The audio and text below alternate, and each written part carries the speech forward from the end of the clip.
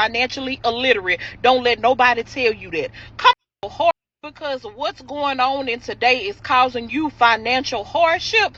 Taking money out your 401k does not make you financially illiterate. Don't let nobody tell you that. Come on and sip a little tea with Auntie. Let's talk about it. Your 401k is set up for your retirement, but you think about it. In this day and time, if the cost of gas, the cost of groceries, or anything else is costing you financial hardship, why not utilize your own money? Now, a hardship, I have to break this down, is when you are going through hard times. Something unforeseen happened, and you now need to pull money out your 401k to place yourself in a better position. That means to permanently take your money out your 401k. It is not advised for you to permanently take no money out, but there's a difference. There's something that you call a 401k loan, which depending on where you work, you can take multiple of those loans out a year. What is a 401k loan? You take a loan out for the amount that you need to relieve yourself of some troubling times that you may be having, and you pay yourself back per paycheck. For an example,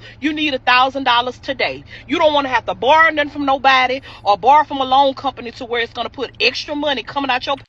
Well, it's not even about borrowing from the loan company.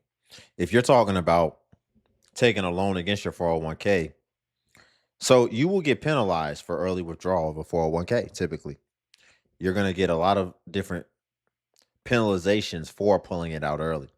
So by taking a loan against it, you don't have to worry about the drawbacks of those penalizations, and you can just pay it back the same way you would pay back a credit card, and you would only have to focus on the interest, apparently. But if that's the case, why not? If you have a credit card, why not just do the credit card?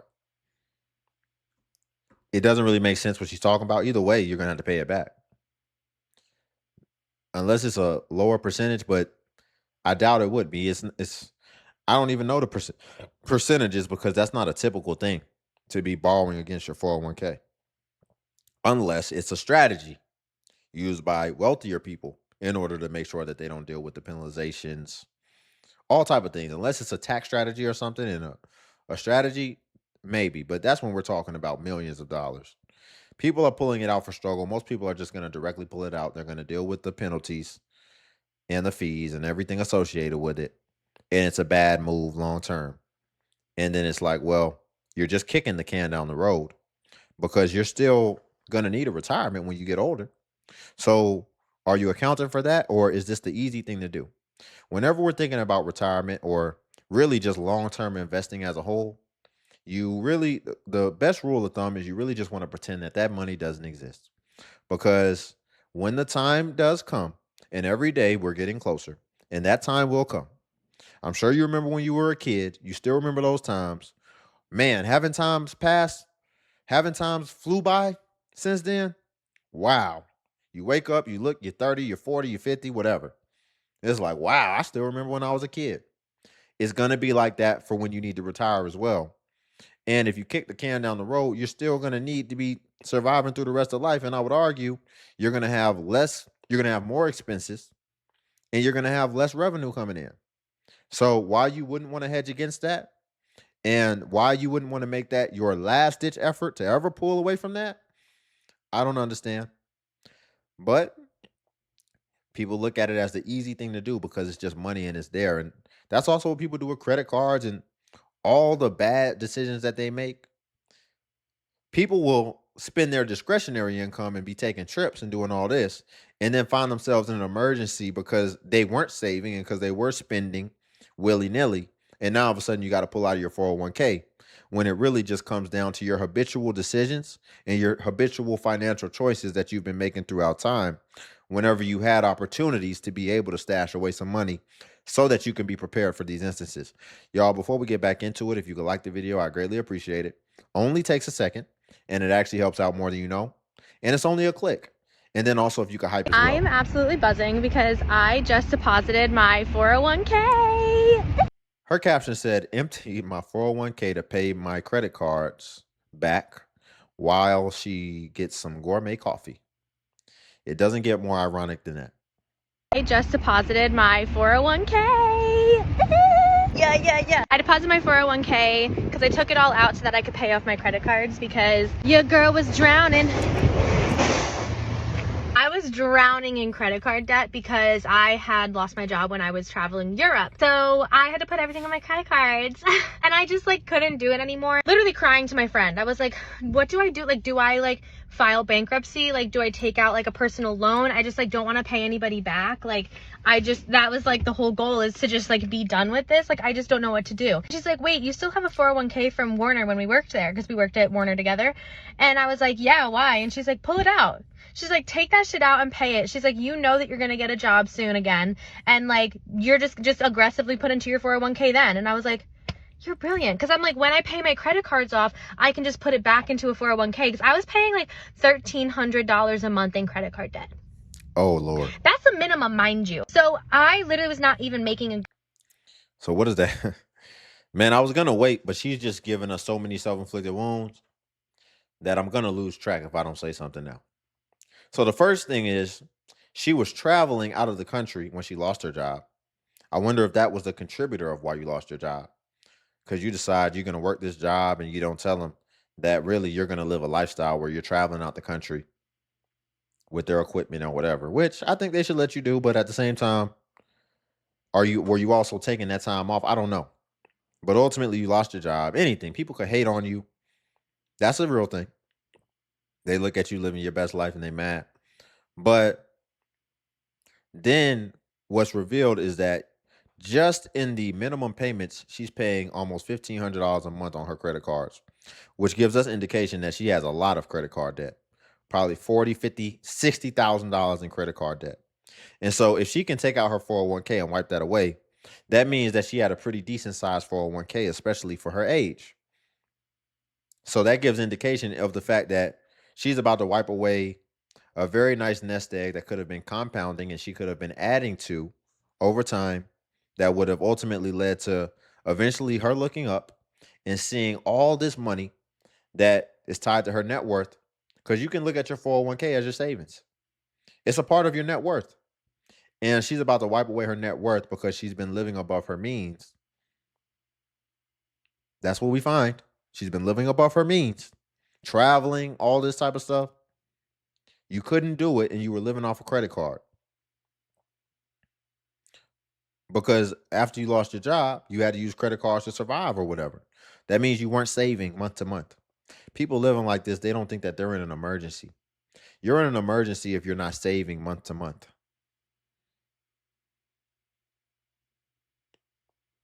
debt.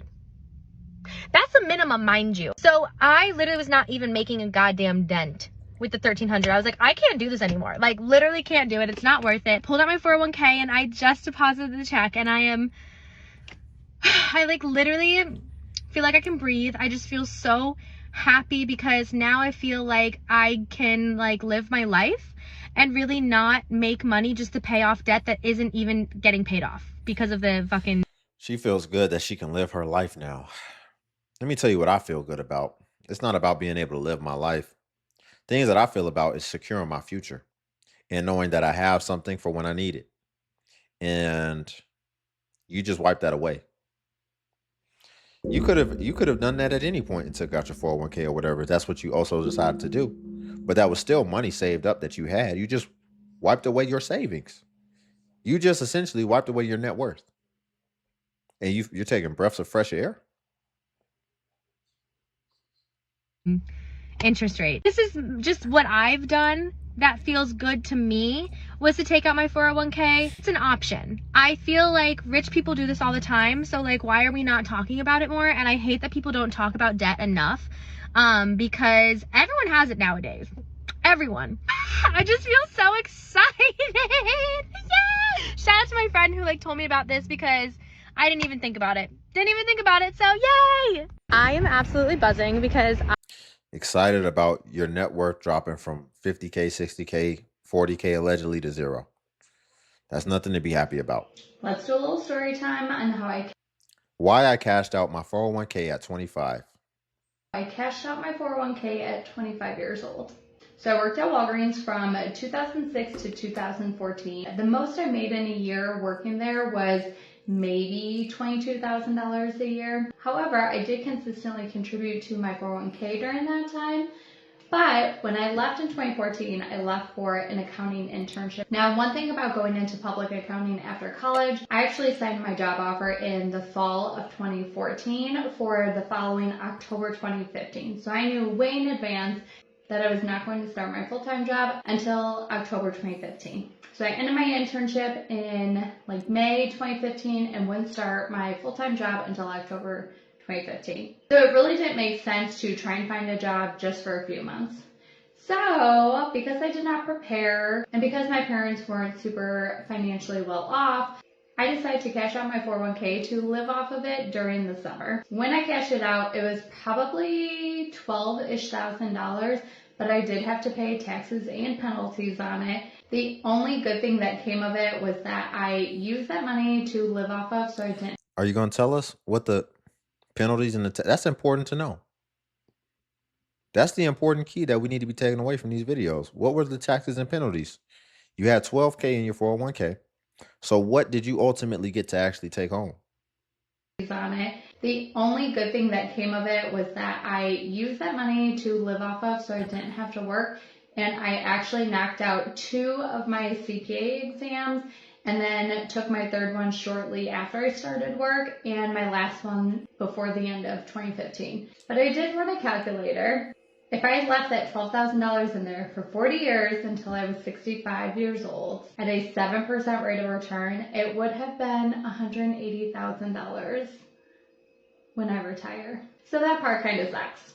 It is what it is. You live and you learn. Would I recommend cashing out your 401k? Absolutely not. At least I did use it to my advantage to be able to study for the CPA exam. Yeah, it'd be like that. I made this mistake so you... It'd be like that. I mean, you got to live. You got to survive. I understand. But at the same time, it sounds like she used it as an opportunity to get ahead. And so I think she'll be fine in the long run. It was early that she did it, as well as she was only making $22,000 a year. So that had been developing over a good amount of time because there's no way she was able to contribute that much from a $22,000 a year salary. But now as her salary starts to go up, as she's an accountant or whatever, she should never do that again. But she's done it before. So now she knows how to do it. She's familiar with it. And so I hope she doesn't view that as an option to delve back into that. I like that she has that long-term view and she did the analysis to know what it costed her, because in real time, it didn't cost her anything. If anything, it actually positively reinforced that it did help. But because she actually reflected and took the time to understand what it could have been, hopefully that's going to be enough of a consequence and enough of a deterrent in her mind to get her to never make that mistake again. You don't have to. Your 401k, that money is not automatically yours. Now, before y'all come for me, I know that money is for retirement. I know that. But maybe something some of y'all don't know is you can withdraw that money as well. Withdrawing it before retirement, before you're 59 and a half years old, creates a lot of fees and things like that and penalties for you, but you can still withdraw it. Here's the mistake. Your company might have a provision on that account that says you have ownership to our portion of the money we've put in after a certain amount of years. Yeah. I did not know that. Ooh. So when the company I had worked for has the provision. Basically, her stuff didn't vest fully. So what happened was she pulled it out and she was only able to take her amount and she wasn't able to actually get the company match, because companies will match a lot of times the amount up to a certain percentage, but it has to vest typically for the full match to actually reflect and for you to actually be able to say that that is your money. That could come down to how long you've worked there. And I guess also she tried to withdraw it even while she was working there before it was vested as well. And that might have interfered. Of you must work here for 2 years to be entitled to the $12,000 we've put up. And I quit at 1 year, 11 months. Oh, she quit. Imagine my shock when I no longer have that portion of the money. I did not know this. I made this mistake so you don't. Didn't know that. Yep, you didn't know that. Making decisions thinking you got something that you don't even got. 6% of 401k participants took hardship withdrawals in 2025. 6%. Now, before the pandemic, that number was around 2%. So it inevitably tripled. Think about what a hardship withdrawal actually is. It means somebody needed their money badly enough to pay both ordinary income tax plus a 10% early withdrawal penalty just to access that money. And that's not a strategy at all. That's desperation. And the reason these people can't reach their money without a penalty isn't because they were... And keep in mind, he's saying you're paying taxes on it. Yeah, that's going to get added to your adjusted gross income. Don't think you're just paying like a simple tax on it. This is why it gets so dastardly. You pay that 10% penalty, but then also, let's say you lost your job, but you lost your job 7 months into the year. And so in the 7 months you've been working that year, you've made $40,000. Then you withdraw $20,000 from your 401k. That's going to get taxed on a bracket of like you made $60,000 that year. You understand? Or for cleaner numbers, let's say you made $80,000 and you took out $20,000. So now you're getting taxed on $100,000 for that year, as well as the 10% penalty. All these percentages coming out of your money that you ultimately have. So you're just giving away money. And that's why it should be your last resort, especially because when you factor in what that money could become over time to when you ultimately get to retirement, it could be substantial. Like that other woman said, she said her $12,000 in 40 years would have been $180,000. Conservatively. That's conservatively. 7% returns is conservative. She could definitely see 10 to 12% actually. So imagine what that would be had she have just left $12,000 alone. It's a lot of people who's older now in their retirement years that wish they had $200,000 that they didn't expect, that they pretended didn't exist, that ultimately built up for them, and now they can actually use that and leverage that. Responsible by any means. It's because they followed the standard advice. Keep on investing into the 401k no matter what. Do it every year and never stop. But every dollar past your crossover point that you put into a traditional 401k is a dollar that you're voluntarily locking away until age 59 and a half. The math has released you from needing to add more, but the contribution goes in anyway, and now you're on the wrong side of a penalty door if life happens between here and retirement. See, I'm not saying that a 401k is wrong by any means, but I want to be really clear about that. I'm saying past your crossover point, the math has changed what that dollar is doing for you, and you should know that. 6%. So according to Google, the average person will It says retirement tips, securing your old 401k. change careers 5 to 7 times during their working life. But I specifically want to talk to the people who were at their previous jobs for, 5, 10, 15 years or beyond. One of the stats that she's providing, it says approximately 30% of the total workforce will now change jobs every 12 months. That's interesting, if that is a true stat. And I want to talk to this group of people specifically because you more than likely got yourself an old 401k just sitting at your previous employer.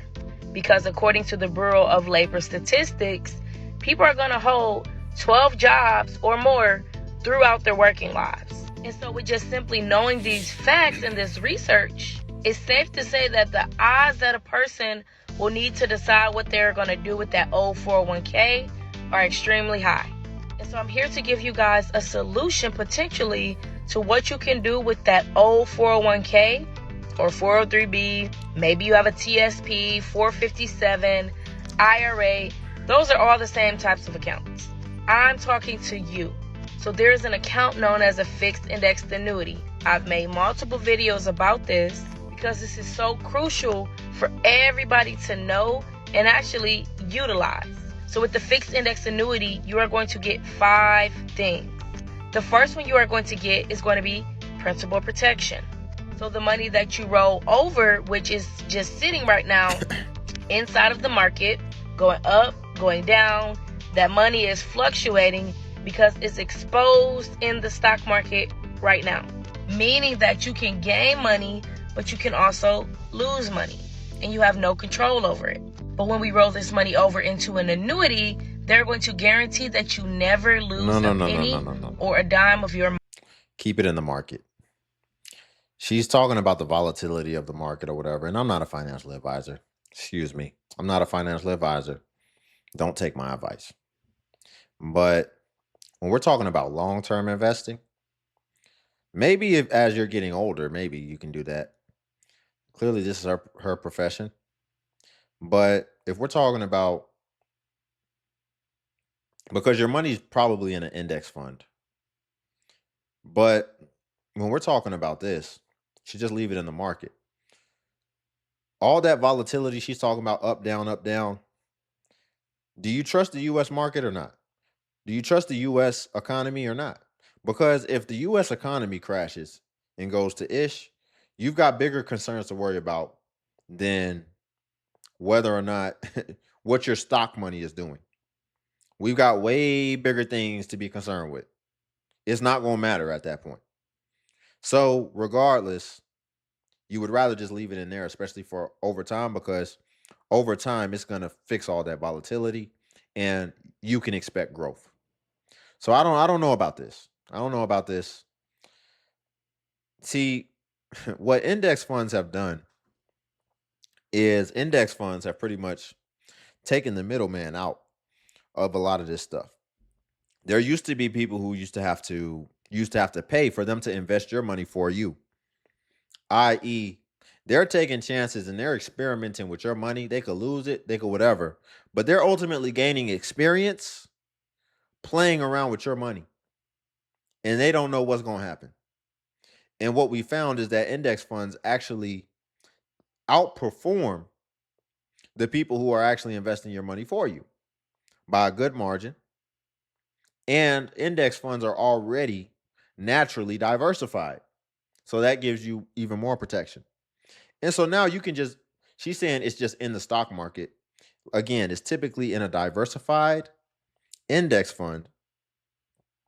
ETF is another word or another acronym for index funds. It's already in an index fund.